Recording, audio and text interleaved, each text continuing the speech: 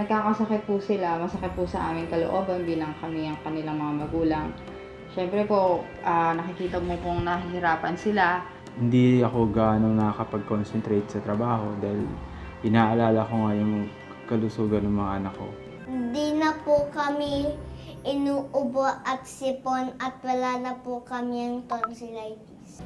Mula nung nalaman namin at natutunan namin yung benepisyo na makuha namin sa pag-inom ng King's Herbal, naging malaking tulong po yun at nawala ho yung matinding pag-aalala sa pwedeng maging kalusugan ng dalawang bata. Malaking pasalamat talaga namin dahil ang laki ng naitulong ng King's Herbal. Ang naging magandang epekto ng King's Herbal sa amin ay hindi na po kami madaling kapitan ng sakit at nakakapaglaro na po kami ng mga ayos ng aking kapatid.